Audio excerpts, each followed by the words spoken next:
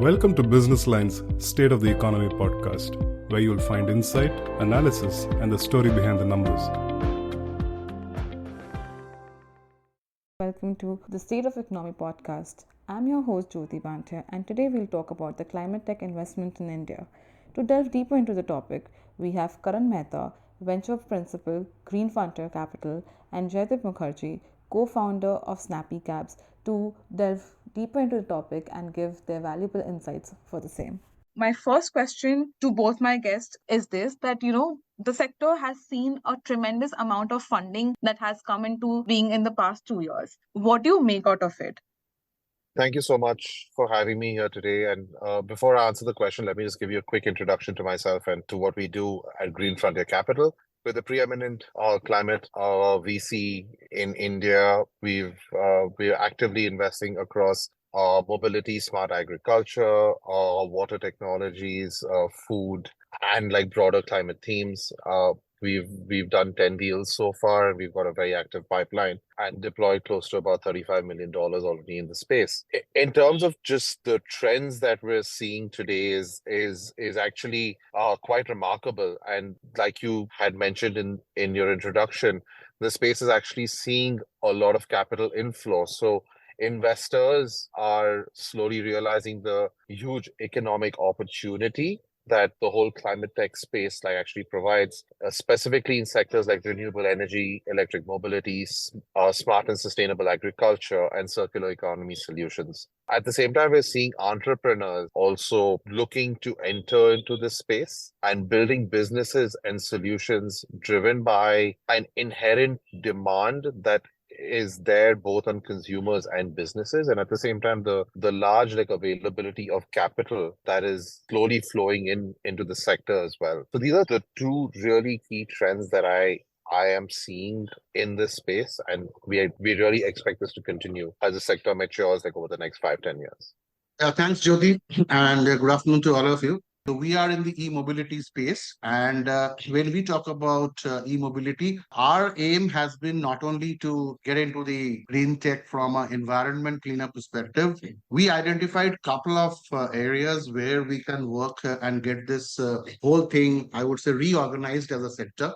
Today, if you have the aggregators who have been dominating in this business for the last decade or so, we all realize as consumers the quality of services and currently the status of the services that are being rendered. So while that's being taken care of and focused upon to improve upon the services and bring in new features, side by side, if you look at the kind of tools that you deploy to provide those services through help of electric mobility, I think you are actually serving both the two causes. One is the environmental cause, which anyway is something we all are committed to for the generations that to come in. And second is that you are bringing up the service quality. Now, as an organization, or as Karan was talking about the market, I think the investors globally have realized that there is a great potential from all these aspects of mobility services, and not only just e-mobility. We are also talking about new technologies that are moving in. There are battery management technologies which are coming in. So there is a huge opportunity for both from the entrepreneur perspective as well as from the investor perspective, where we see a big market opening up, not only just in a country like India, but I would also like to see that this would grow up probably in a very big way in all developing countries that we are all coming from. Absolutely. What are the specific areas in which you think climate tech in India is gaining more attention? What are the emerging sectors in climate tech that are promising in terms of investment, in terms of showing major changes for the economy? So that's a very interesting question, right? Because what we've seen over the last 3 or 4 years is a lot of capital flow and investor interest in the electric mobility space and renewable energy. While we're seeing those sectors mature and deal sizes sort of becoming a lot larger over there, and the rounds also going down to Series B's, C's, with a few companies also getting listed soon. What that has done is actually paved a path and shown that there are other businesses in the climate tech and the environmental space that can actually grow and succeed into extremely successful businesses and profitable businesses going forward. I'm particularly excited in the potential that India has on the agriculture and sustainable food front. I think given how we're still so reliant on agriculture, like as a percentage of our GDP, there is a lot of potential for us to actually innovate on very critical solutions that not only serve India like as a nation, but can be like an example for most of the world. We're also extremely excited to see the trends that we're seeing on the circular economy front, especially on food and waste recycling, and also sustainable solutions that are coming to replace fossil fuel driven materials. And apart from those, I think any one of the very key areas where we're seeing a lot of deal flow is carbon capture and carbon accounting. Like again, India has seen a lot of innovation on SaaS and software. And with those tailwinds, we believe that the carbon accounting space also holds a lot of interest with founders in this space really working on solutions that can be scaled up very rapidly like across the world. Absolutely. Jaydeep, your thoughts on the same? Yeah, so I would like to probably restrict myself on the EV space and talk about three areas where we see the boom is yet to come in. And I think that's the future that we are going to see. I don't think that today we are debating about whether e-mobility is going to stay or e-mobility is the necessity. I think that has been established. But having said that, it opens up a couple of new areas where we see ourselves and we are working towards it. And I think that's a huge opportunity for everybody. Is the tech that goes behind an e-mobility. There are multiple areas where tech plays a big role in terms of IoT integration, in terms of BMS, which is the battery management system, in terms of the CMS, the charging management system. So this opens up a huge space for the tech industry where India is the world leader. And I see the lot of things that are going to come in that particular area. If you look at some of the big investments that coming into India from an R&D perspective, it's happening on that area. So that's one. Second thing is, I think the biggest market that is lying with us is even today, we are talking about e-mobility. Even today, we are talking about EVs getting rolled out or two-wheelers or three-wheelers. But the traditional source of energy still remains to be a pollutant, which is still coal-fired boilers, right?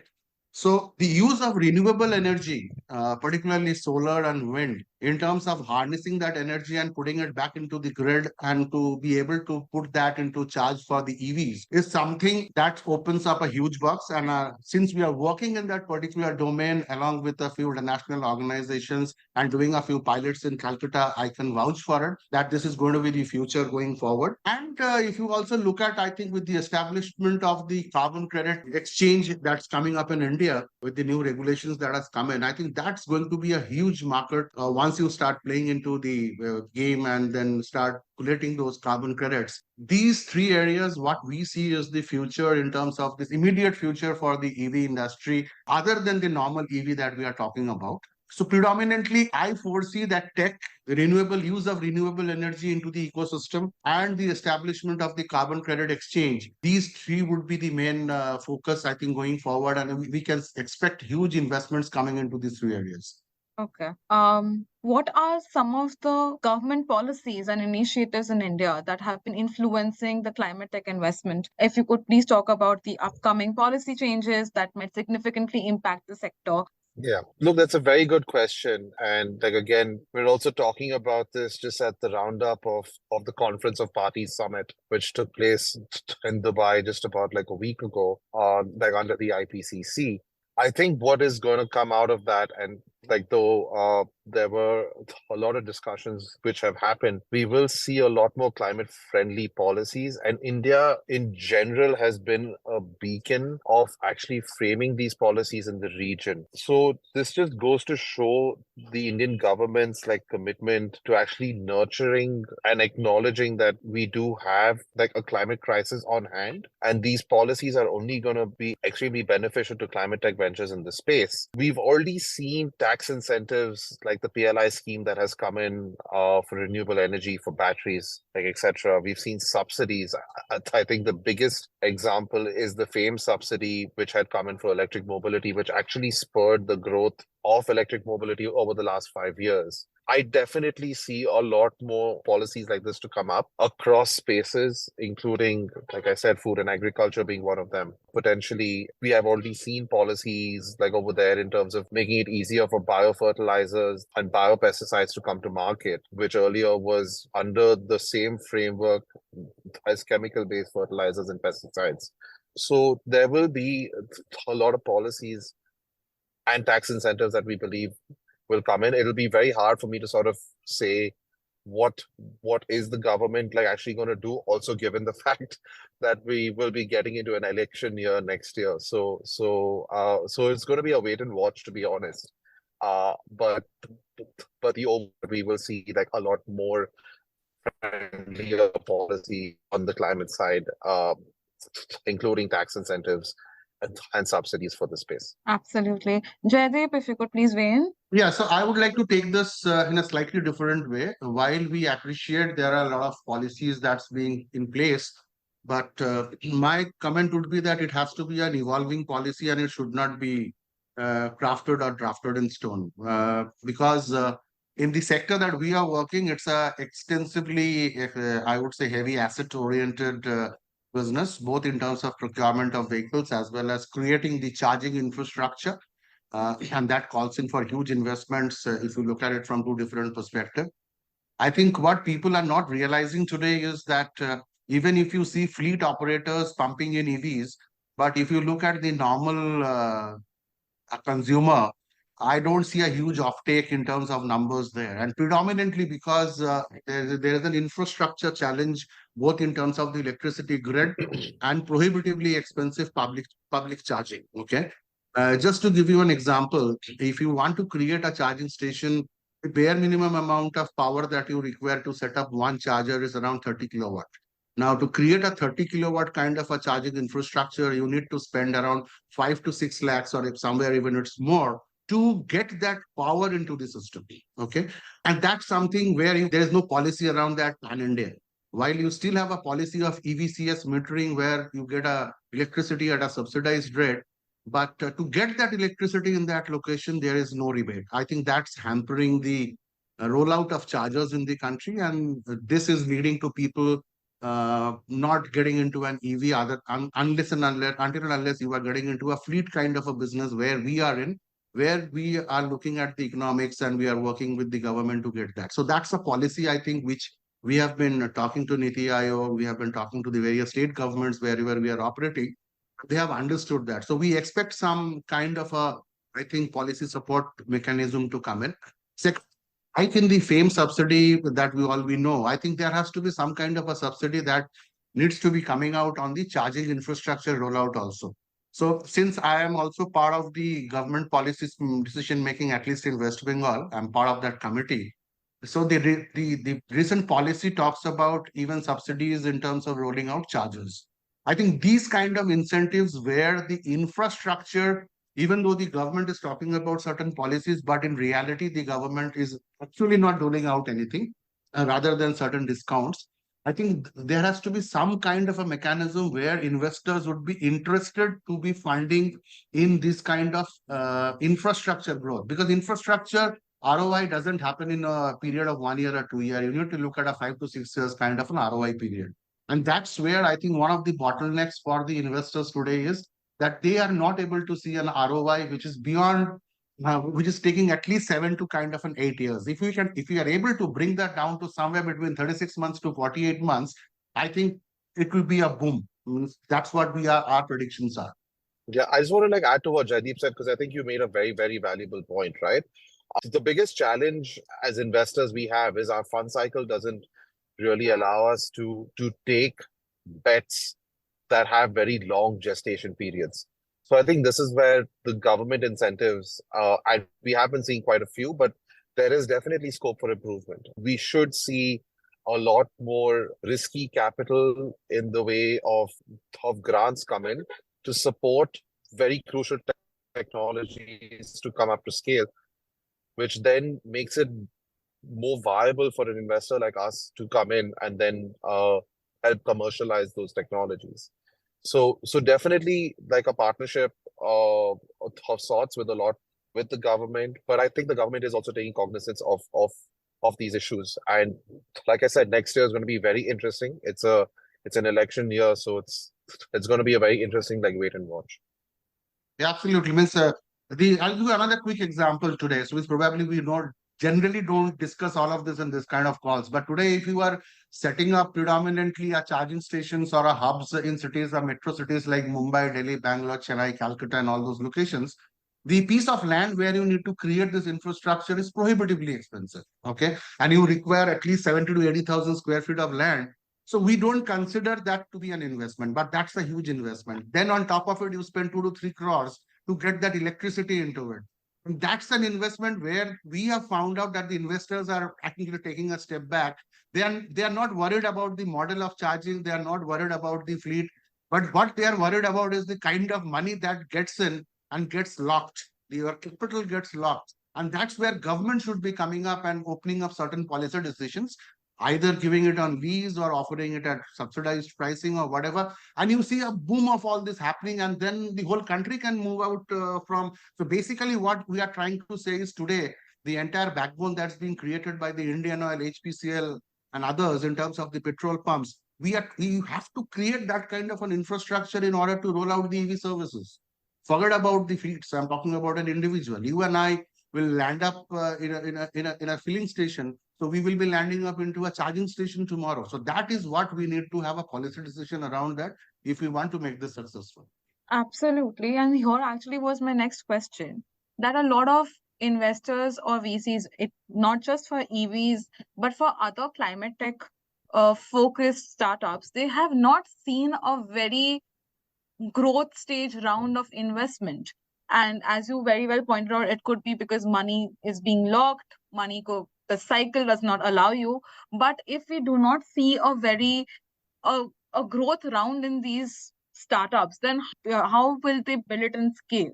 So, Karan, if you could please weigh in here first. No, that's a good question. And actually, like I would disagree because we are seeing businesses slowly getting growth capital.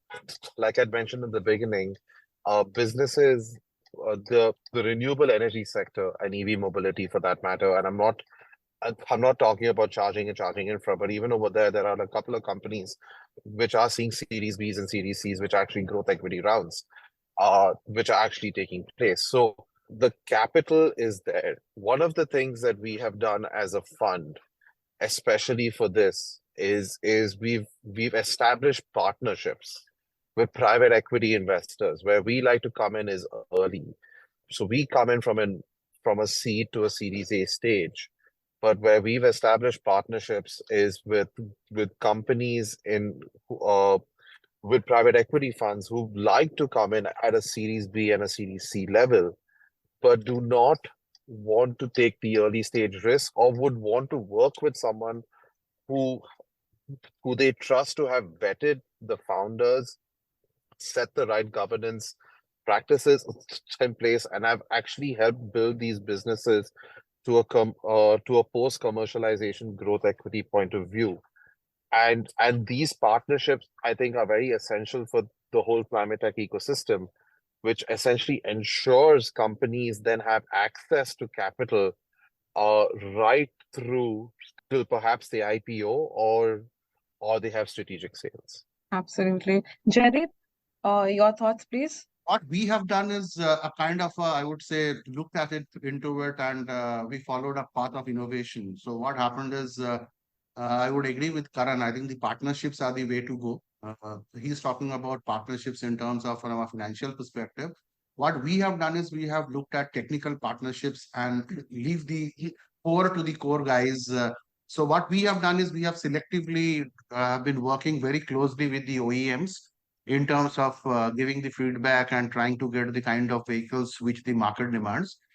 Quick example of that, Tata Motors launched its first fleet where it was used to run around 120 kilometers in a single charge. Now that is not commercially viable if you are running a business. So we worked very closely with Tata, and with some ground data, we were able to convince that you need to upgrade and give us vehicles which runs at least 220 kilometers. We gave this feedback to Tata. So today Tata has launched a vehicle which runs around 260 kilometers in the marketplace.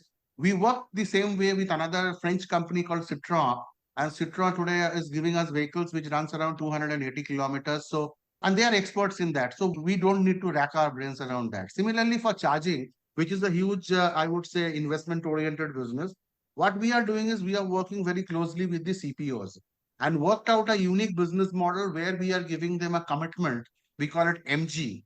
And the investment is done by them and they are building captive hub for us. So end of the day, uh, since we need to be successful in the business and we need to be, I think, lean and thin in terms of our investment or portfolio or whatever we have, I think the innovation and trying to work around new business models is what we see coming out every day.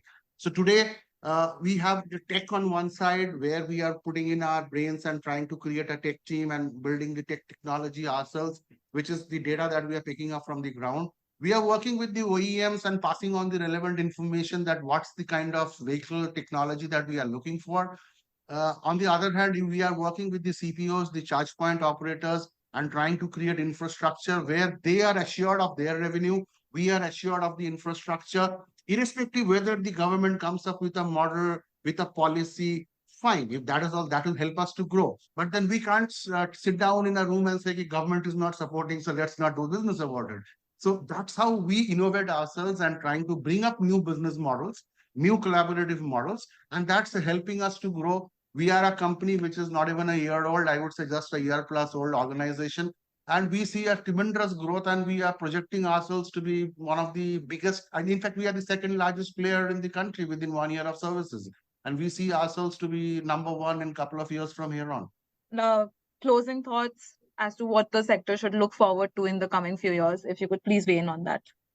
I think it's still early days. It's going to be extremely like exciting. The space is going to continue to see evolvement of a lot of businesses and business models, and of course, with that is going to come the death like of a few business models too. But I think like overall, what we see is that India will be a very key player in the entire global climate change mitigation story.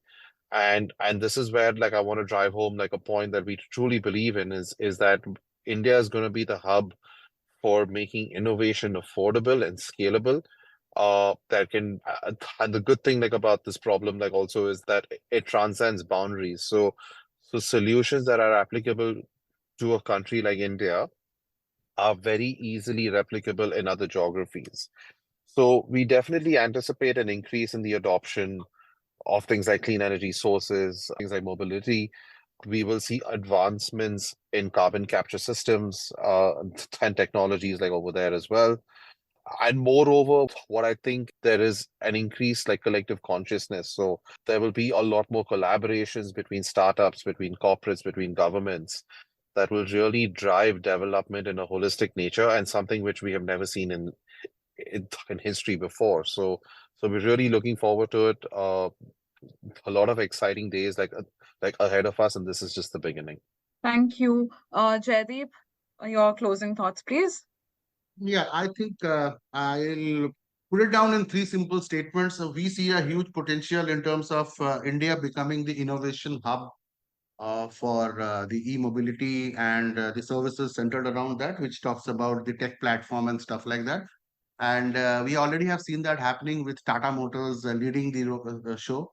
They're creating some of the world's biggest infrastructures, not only in India, but outside India. And I think that's going to be the in thing going tomorrow.